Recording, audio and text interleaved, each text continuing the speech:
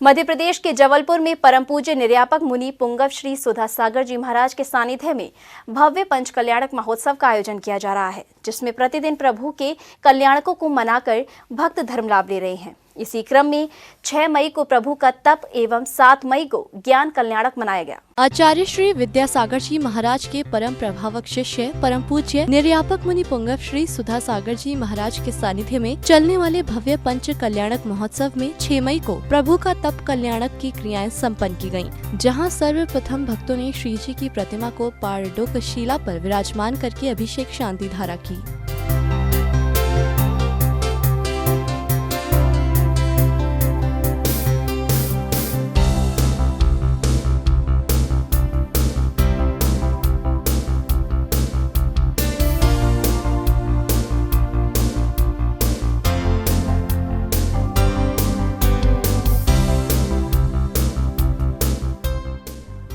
नित्यमय पूजन के बाद शुरू हुए तप कल्याणक के कार्यक्रम, उसमें सर्वप्रथम आदि कुमार को इंद्र द्वारा भेजे गए वस्त्र पहनाकर राज सिंहासन पर बिठाया गया। आदि कुमार के राज तिलक की खुशी में नृत्यकी नीलांजना के द्वारा प्रस्तुत नृत्य के बीच नीलांजना की मृत्यु का आभास होते ही आदि कुमार को वैराग्य उत्पन्न हो गया।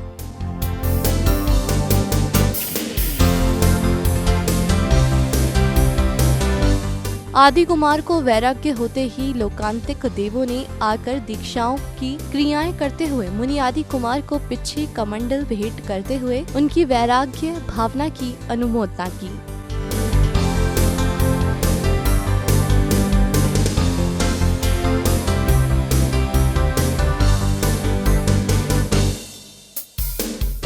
तप कल्याणक के अवसर पर निर्यापक मुनि पुंगव श्री सुधा सागर जी महाराज ने धर्म सभा में आए भक्तों वैराग्य पथ पर चलने के लिए प्रोत्साहित किया। इन उपकारों के नाम पर जहाँ भी तुम्हारे मन में आवे आदिनाथ भगवान को याद करना। ये मूर्ति मात्र परमार्थ की ही नहीं, ये मूर्ति के अतीत देखोगे तो सारा संसार इस मूर्ति में दिखेगा और सारे संसार की स्थिति बनेगी। आज कुछ एक ऐसा जबलपुर है, हमारे पूज्य महाराज के बहुत उपकार है कि नहीं, लेकिन जबलपुर तो भुलक्कड़ है। हाँ, होते ना उपकारी को जो भूल जाता है, ध्यान रखना 100 जन्म तक फिर तुम रोते रहना, कोई उपकार करने मिलने वाला नहीं है। आज आचार्य महाराज का कितना उपकार क्या कहें। लोगों को मुनियों से मुख मोड़ लिया था। लोगों की धारणा थी कि मुनि तो बुढ़ापे में बना जाता है। लोगों की धारणा थी कि पंचम काल में मुनि होते ही नहीं है। पूज्य गुरुदेव ने जीना सिखा दिया कि जिस बुढ़ापे की तुम मुनि धर्म की बात कर रहे हो, सही मुनि धर्म तो जवानी के आनंद का है। आज 300 से 300 को पंचम काल में जवानों को इस मार्ग की तरफ मोड़ दिया। अनंत उपकार। श्रवण संस्कृति से जो मुख मोड़ के चले गए थे, वे लौट करके आ रहे हैं क्षमा याचना के साथ।